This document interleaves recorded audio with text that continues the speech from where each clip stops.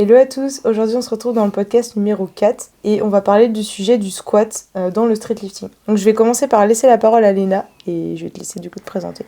Ok, moi du coup c'est Léna, j'ai 21 ans et je suis coach spécialisée en streetlifting depuis pas très longtemps. Donc voilà, je me lance dans le coaching dans cette discipline.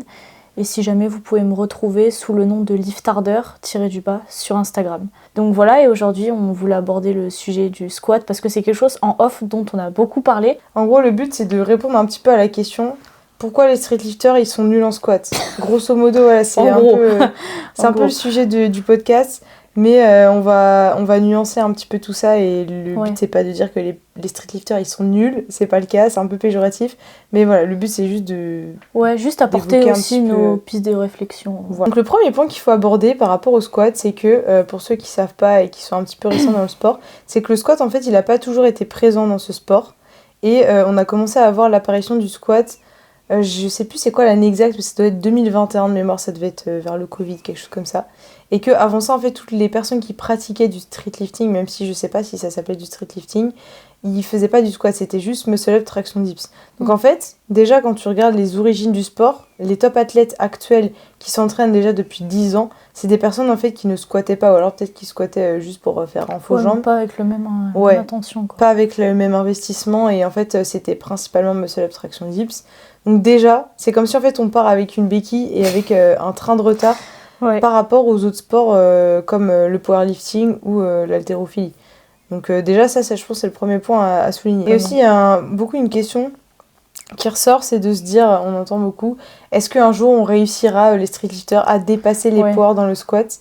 Toi je sais pas c'est quoi ton avis dessus, mais moi perso je pense pas qu'on réussira un jour à les dépasser parce que mon avis c'est que nous on a 4 mouvements donc on pourra jamais s'investir autant sur le squat que les powerlifters et c'est surtout que eux c'est leur premier mouvement donc forcément c'est pas pareil en compétition que nous quand on a déjà fait 3 mouvements avant et c'est surtout que les personnes nous qui sont top athlètes actuels n'ont pas le passé sportif qu'ont les powerlifters avec le squat et que je sais pas si on pourra les dépasser mais je pense que oui à terme l'écart il va se réduire et que même là le fait qu'on soit équipé de plus en plus, il y a les genouillères rigides qui arrivent etc.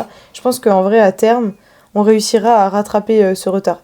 Et du coup, ce retard, justement... Ah, toi, tu penses qu'on peut le rattraper ? Oui, moi, je pense... Parce qu'au début, tu disais je pense pas.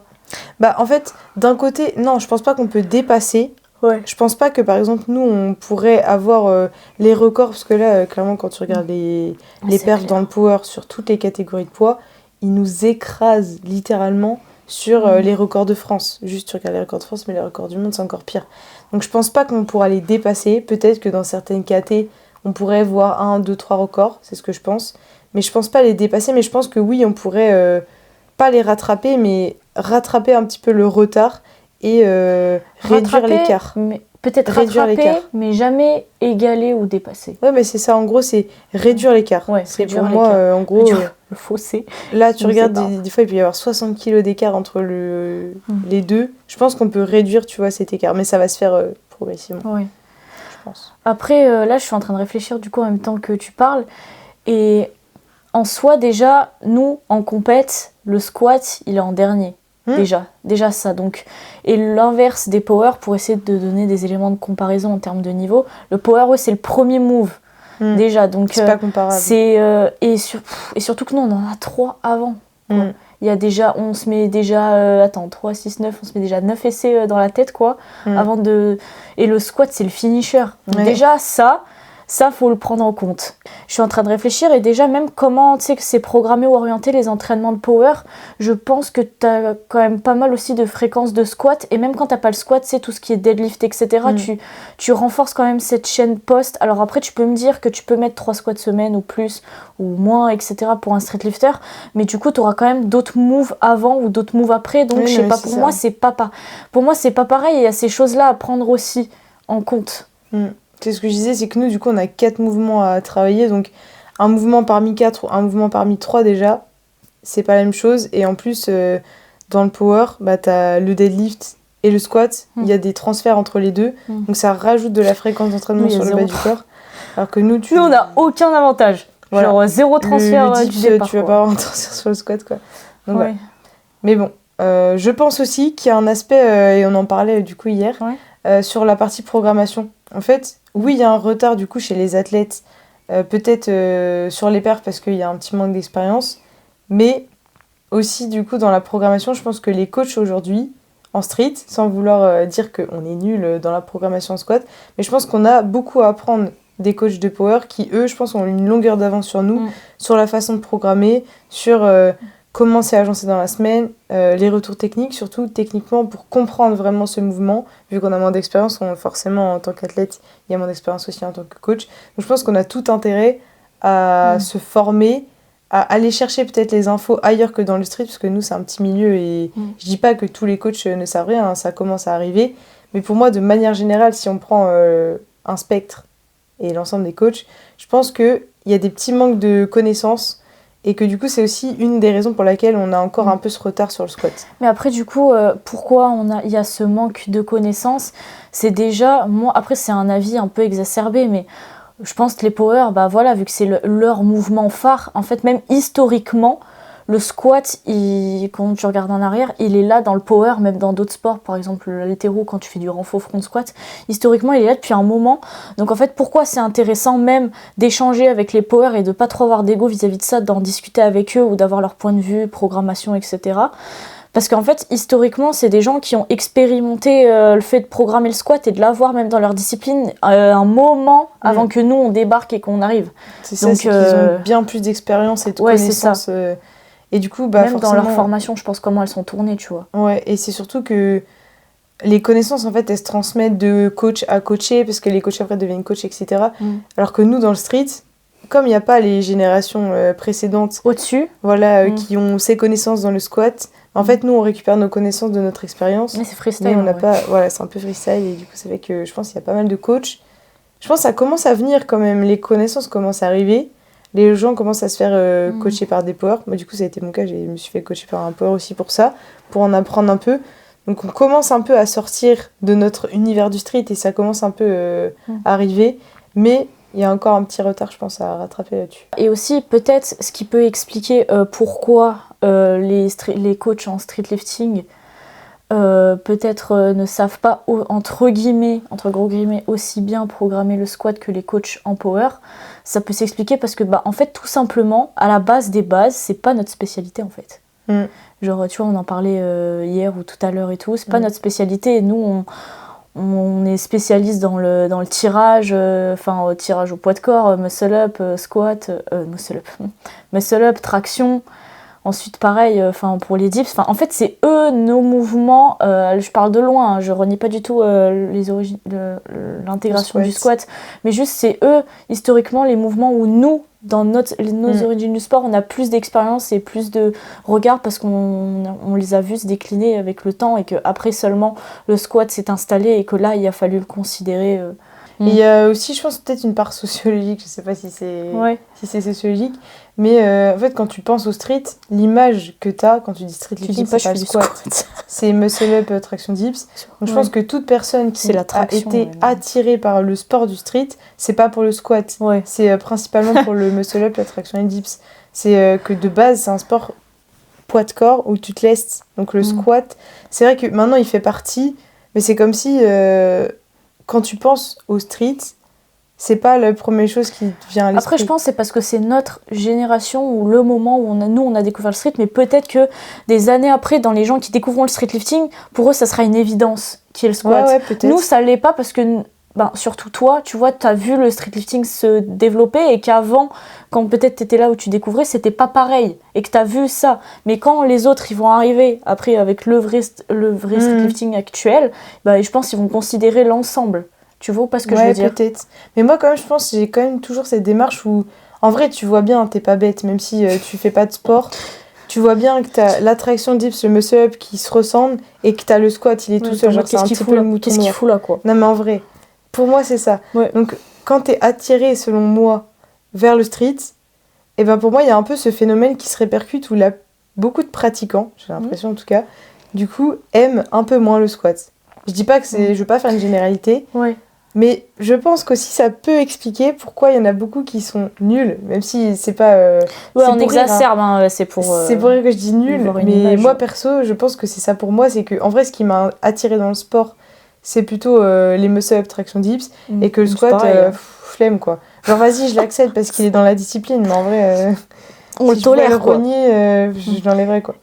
Et toi du coup, je pense que t'as dû répondre à ça, mais toi du coup t'en penses quoi, genre du squat dans la discipline du streetlifting? Bah en vrai, c'est assez vaste ma question. Mais... En fait, à la fois c'est bien qu'il soit là, mais à la fois, en fait, ça me fait chier qu'il soit là parce que du coup, franchement, s'il était là, ça serait mieux. Mais d'un côté, je me dis, s'il y avait pas le squat, à quoi on ressemblait? En vrai, franchement, vraiment. La plupart des champions pour optimiser, ils feraient jamais les jambes, quoi. Donc. Bah oui. Non, en vrai, c'est une bonne chose qu'il soit là, mais c'est compliqué de répondre à la question. Après. Mais non, je pense que c'est une bonne chose en vrai. C'est une bonne chose, juste vas-y, il faut que je l'accepte. Ouais, faut qu'on accepte et que notre cœur il reste ouvert quoi. Mais après, tu vois, je me fais la réflexion. En soi, l'argument que moi j'ai beaucoup entendu de pourquoi le squat il s'est rajouté parmi nous, c'est pour être complet. Ouais, c'est ça. En termes de peut-être de musculature, de développement de la force, c'est ça, en fait, etc. tu peux pas faire un sport que haut du corps. Après, ça existe, tu vois, le bras de fer, le cœur, justement, j'ai un avis nuancé là-dessus. Après, c'est vraiment très très large dans un spectre des autres sports, etc. Mais toi, tu m'as dit, ouais, mais justement, après, on peut avoir des déséquilibres. Et c'est l'argument qui peut revenir, le fait d'avoir des déséquilibres si tu travailles que le haut du corps. Mais après, en soi, là, je pars vraiment loin. Mais après, le sport à haut niveau, ou quand tu t'impliques à fond dedans, c'est quoi? C'est être performant dans des qualités physiques, qualités énergétiques spécifiques et à faire telle chose. Pareil, est-ce que tu crois, alors après je parle sans savoir, c'est vraiment des suppositions, mais est-ce que tu crois vraiment qu'un mec ou une femme qui fait de l'athlé, elle a une muscule, elle est efficace au niveau de son haut du corps? En vrai, oui, je pense. Ouais. Mais non, mais est-ce que tu comprends ce que je veux te dire? Mais oui, tu vois ou pas? Ouais, je vois, genre, pour moi, c'est ça en fait, dans le street, dans tous les cas, on n'est pas complet. Là, nous, on le voit, les personnes qui font vraiment que du street et qui, à côté, n'ont pas un passé sportif, qui ont fait une autre discipline ou qui courent pas à côté, etc., tu les mets à faire un WOD et elles sont explosées en vrai. Mais donc, oui, dans tous les cas. Non, mais en gros, tu vois, s'il n'y avait pas le squat, ce serait encore pire. Du coup, c'est pour ça. En fait, moi, je pense que c'est une bonne chose quand même si je déteste. Alors, je déteste pas le squat, mais même si c'est pas mon mouvement préféré, je pense que c'est quand même une bonne chose en termes performance et santé d'avoir le squat pour avoir. Surtout le squat, tu vois, pourquoi pas le deadlift, tu vois. En vrai, pour moi, le squat, c'est bien. Est-ce que toi, tu penses de manière générale que les gens, genre, ils aiment pas le squat dans la discipline? Est-ce que tu penses... En fait, moi, j'ai l'impression quand même que les gens, de manière générale, ils aiment pas. Est-ce que, à terme, les gens, ils vont se mettre à l'aimer, en vrai? Ouais. Alors, à l'aimer, je sais pas, mais genre, en vrai, juste les choses, elles sont comme ça. À un moment donné, si tu veux performance weightlifting, va falloir que tu te le coltines. Hein. Bah ouais. Après, à l'aimer, moi je pense que ceux qui l'aiment, et c'est pareil logique, ceux qui l'aiment, c'est ceux qui le maîtrisent. Bah oui.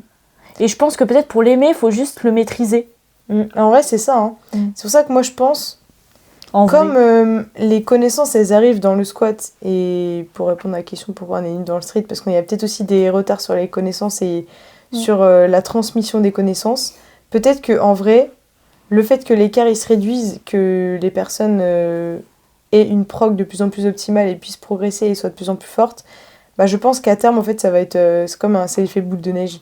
En vrai, les personnes vont bien aimer, donc elles vont avoir plus envie de s'entraîner, donc elles vont être plus fortes, donc les perfs, elles vont monter, et ça va créer plus de hype aussi.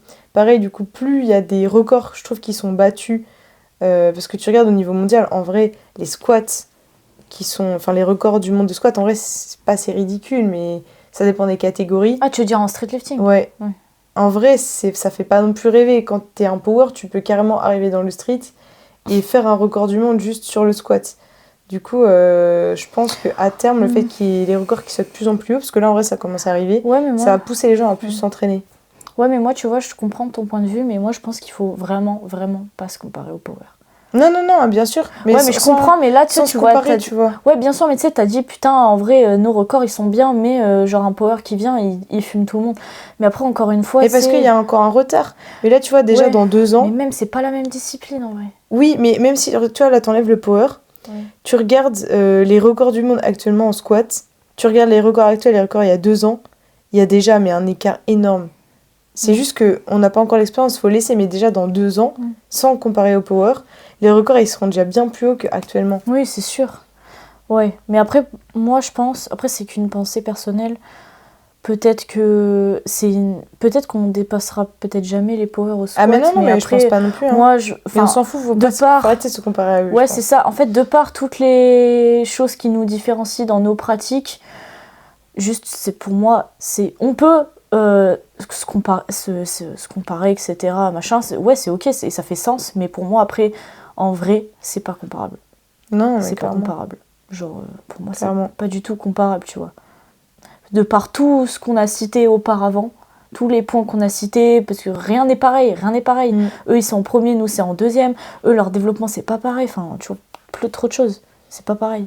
Donc en vrai, moi ça va, je suis ok avec cette idée, je suis chill, moi, tu vois, je me dis, tranquille. Ouais, genre moi je suis ok avec ça, je suis en mode bon bah.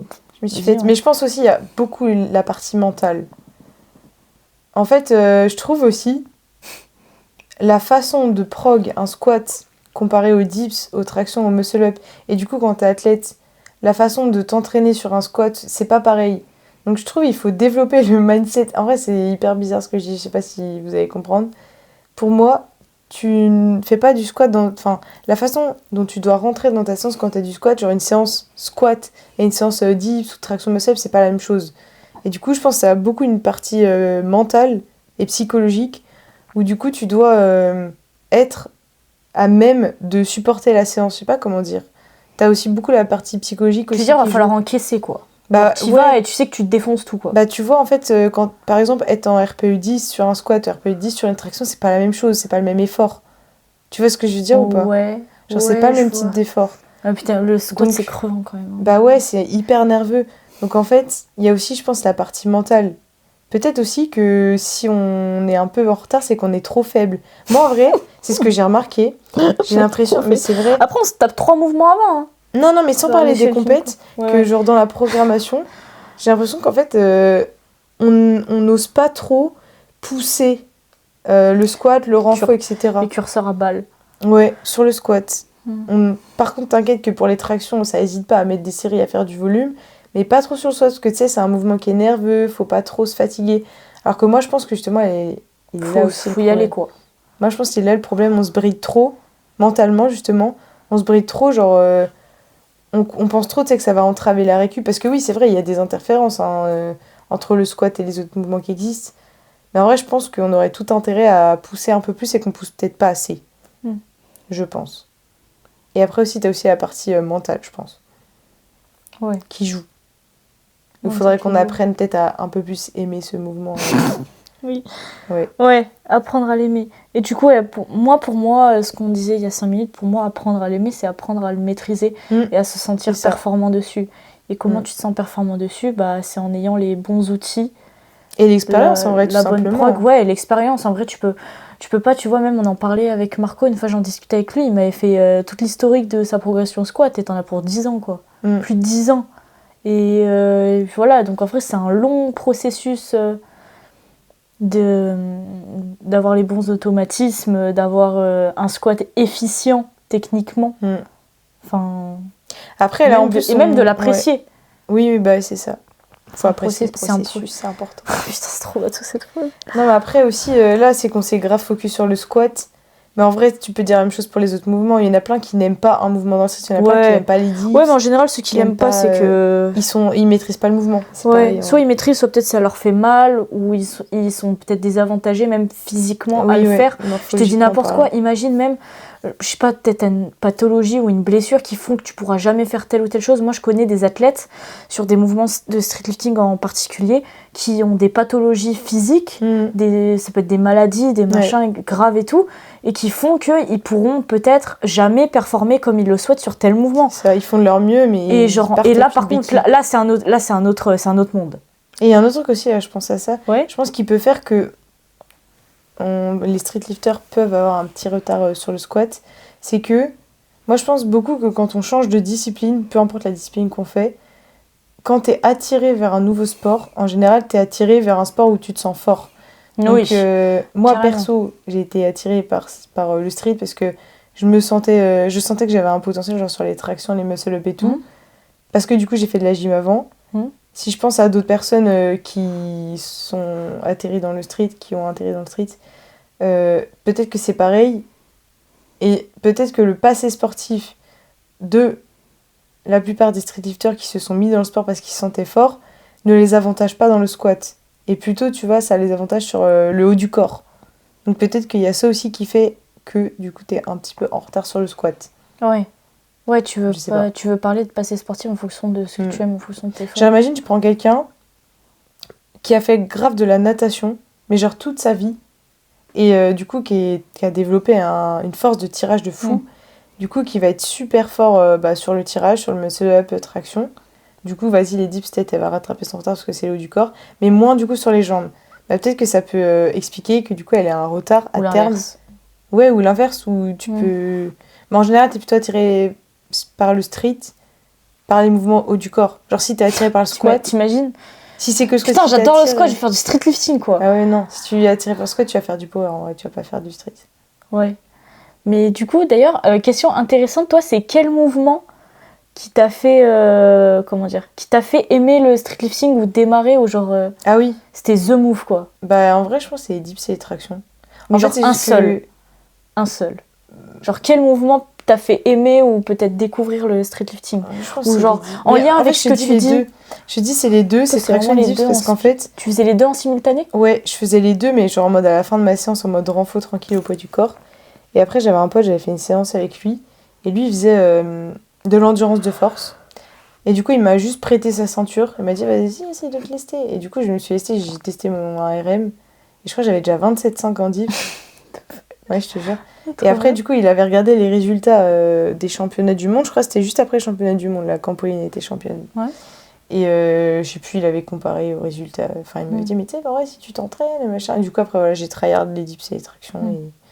Donc, les deux en même temps. En fait, j'ai découvert les deux en même temps et j'ai entraîné les deux en même temps et j'aimais bien les deux. Ok, donc, toi, c'est les deux. Et toi? Moi, je crois c'est... Ouais, moi, c'est les tractions. La base, hein. Je pense que comme beaucoup de gens... N'hésitez pas à nous dire, je sais pas s'il y a des commentaires sur... S'il y a des commentaires, n'hésitez pas à nous dire, vous, en vrai ça peut être intéressant de faire un peu une enquête, quel mouvement vous a fait kiffer le street lifting ou alors démarrer dans la discipline. Moi je pense que la plupart c'est les tractions. Moi je pense que 90% en vrai, c'est les tractions. C'est pas le squat. Non, ouais, clairement. Ouais, c'est pour ça en fait qu'on est nuls. Ouais, mais je sais pas, en vrai ça peut être les dips, mais en vrai le plus... Après je pense, peut-être ça pourrait être intéressant, du coup, pour soit conclure sur le podcast ou pas, donner des conseils aux gens, soit sur le squat, soit sur du coup comment apprécier le squat, etc. Du coup, quels conseils on pourrait donner aux personnes qui nous écoutent vis-à-vis du squat, quoi. Je pense peut-être du coup, si tu devais donner des conseils pour... Généraux. Là, du coup, la question du podcast, c'est pourquoi on est nul, mais du coup, comment faire Ouais, pour ne exactement, parce que si vous êtes jusqu'ici, c'est que peut-être vous voulez peut-être des solutions. Comment, du coup, toi, quel conseil tu donnerais, du coup, de ton point de vue de coach et d'athlète, du coup, pour réduire ce retard sur le squat, ou pour les personnes qui se sentent nulles ou qui ont un petit retard déjà, sur le squat. moi, perso, avant de donner des conseils à mon échelle, déjà pour pallier à peut-être cette problématique-là, déjà, je me renseigne auprès des coachs en power. Tu vois, je me suis formée justement en power, justement pour pallier aux lacunes qu'on a sur le squat, pour être sûr que quand les athlètes ils arrivent, ils peuvent être bien pris en charge et être sûr que par exemple t'as pas un coach en SL et un coach en power. Donc déjà ça. Après j'estime pas que je suis à 100% stable sur mes appuis, que je sais absolument tout du squat. Donc voilà, bien sûr que non, on a beaucoup à apprendre. Donc déjà à l'échelle du coach, ça, genre beaucoup se renseigner là-dessus pour avoir un accompagnement au max pour son athlète. Après quel conseil je donnerais là tout de suite, je pense que ça dépend du cas par cas. Moi je dirais déjà d'abord, je pense en vrai, comprendre comment son corps dans le squat fonctionne dans l'espace. Comprendre ses leviers, comprendre ce qui peut nous avantager, nous désavantager, et comprendre aussi comment, en fonction de notre morpho-anatomie, on peut du coup être efficace sur le squat. Déjà ça, se comprendre comment nous, avec notre corps actuel, nos armes, comment nous on peut faire pour être performant là-dessus. Donc moi je dirais en vrai, déjà savoir se comprendre, et plus se connaître, savoir se connaître et tout vis-à-vis du squat, et savoir ce qu'on doit mettre en place techniquement en fonction de notre particularité. Et après, comme on le disait, juste une phrase, genre pour apprendre à l'aimer, il faut le maîtriser. Donc en vrai, Pas de conseils spécifiques, juste faites confiance à votre coach. Et surtout, j'ai surtout un gros conseil à vous donner, parce que j'ai fait l'expérience de... Ouais. Alors, oui, déjà mais c'était pas dont ça je voulais parler. Personnellement, pour la faire très courte, j'ai expérimenté le fait de progresser de mon côté au squat sans coach à mes tout débuts, et je me suis blessée à mes 18 ans, très très jeune. Hein. Je me suis blessée très gravement et j'en ai encore des séquelles. Au moins faire checker votre technique à un coach spécialisé en streetlifting ou en powerlifting en fonction de chez vous. Je vous assure, ça sera jamais de l'investissement de perdu, parce qu'à tout moment, il peut vous aider sur tout ce qui est placement, etc. Donc voilà, moi, ça serait mes conseils en vrai que je donnerais sur le squat. Toi, tu leur dirais quoi? Moi, je dirais, du coup, de mon point de vue d'athlète, en tant qu'athlète, genre si je parle avec mon vécu d'athlète, que déjà, comme tu as dit, en fait, c'est juste apprendre déjà à faire un état des lieux et au niveau de ses propres points faibles, savoir qu'est-ce qui pêche. Pourquoi est-ce que tu te sens moins bien sur ton squat? Est-ce que c'est un aspect mental? Est-ce que c'est parce que tu as un problème technique? Est-ce que c'est parce que tu es blessé? Est-ce que, voilà, pour toutes ces raisons, donc faire un point sur pourquoi du coup tu te sens un petit peu en retard et travailler sur ce point-là. Ça, déjà, c'est en tant qu'athlète, c'est vraiment comprendre ta situation actuelle. Une partie d'analyse, déjà analyser au global. En tant qu'athlète. Ouais. Ensuite, deuxième, ça va être de travailler sur la partie mentale. Parce que pour moi, le squat, il y a beaucoup, beaucoup d'aspects mentaux. Et je vois de mon expérience en tant que coach, j'ai beaucoup d'athlètes qui, je pense, se mettent des barrières où si il y avait un petit déclic niveau mental, et c'est le travail du coup que je fais aussi en tant que coach, et ben ça débloquerait aussi un peu une forme de progression. Donc pour moi, ce serait sur la partie physique, on va dire, faire un état des lieux de qu'est-ce qui pêche. Sur la partie mentale, il y a toujours un travail mental de toute façon à faire, même sur tous les mouvements. Mais le squat, je trouve, c'est un squat qui est très psychologique, on va dire. C'est un mouvement psychologique, tu voulais dire? Ouais, où la partie psychologique, elle est très marquée. Et ensuite, du coup, de mon point de vue de coach, eh ben, en fait, un peu comme toi, moi, c'est aussi ce que j'ai fait. J'ai été rechercher du coup des connaissances du côté des powers, parce que c'est eux qui sont un peu experts.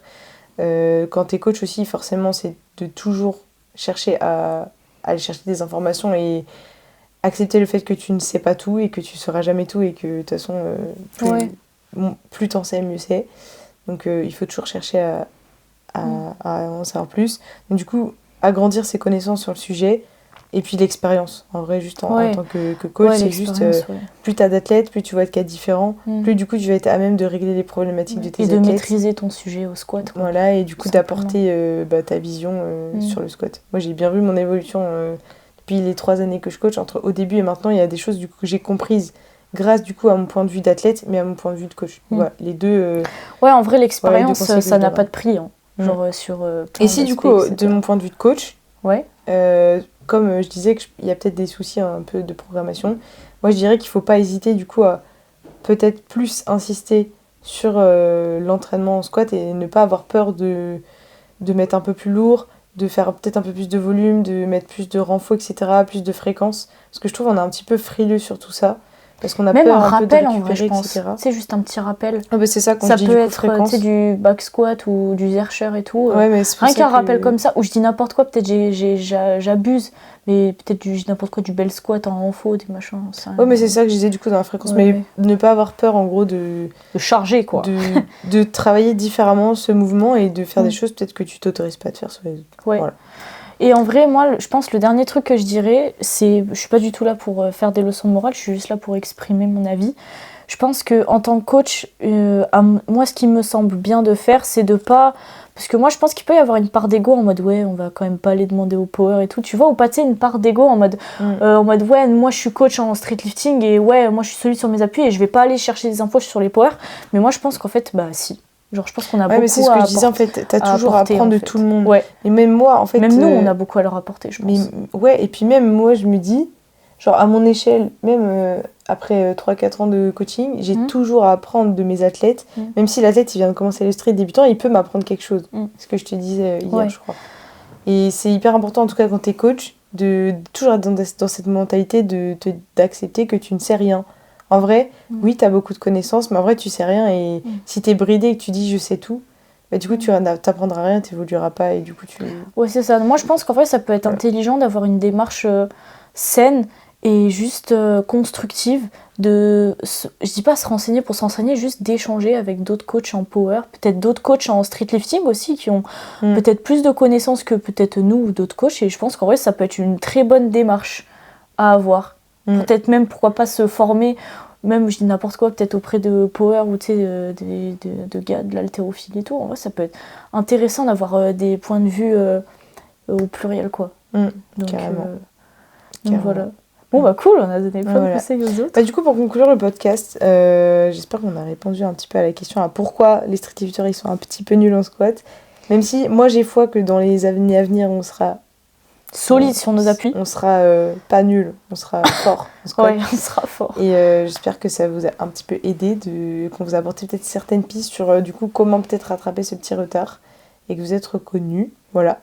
Et du coup, si vous voulez retrouver Léna sur les réseaux, tu l'as dit dans le début, mais tu peux redonner du coup où est-ce qu'on peut te retrouver ? Pour me retrouver sur les réseaux, du coup, ça sera Liftarder _ sur Instagram. Pareil sur YouTube et sur Spotify, le même nom, Liftarder.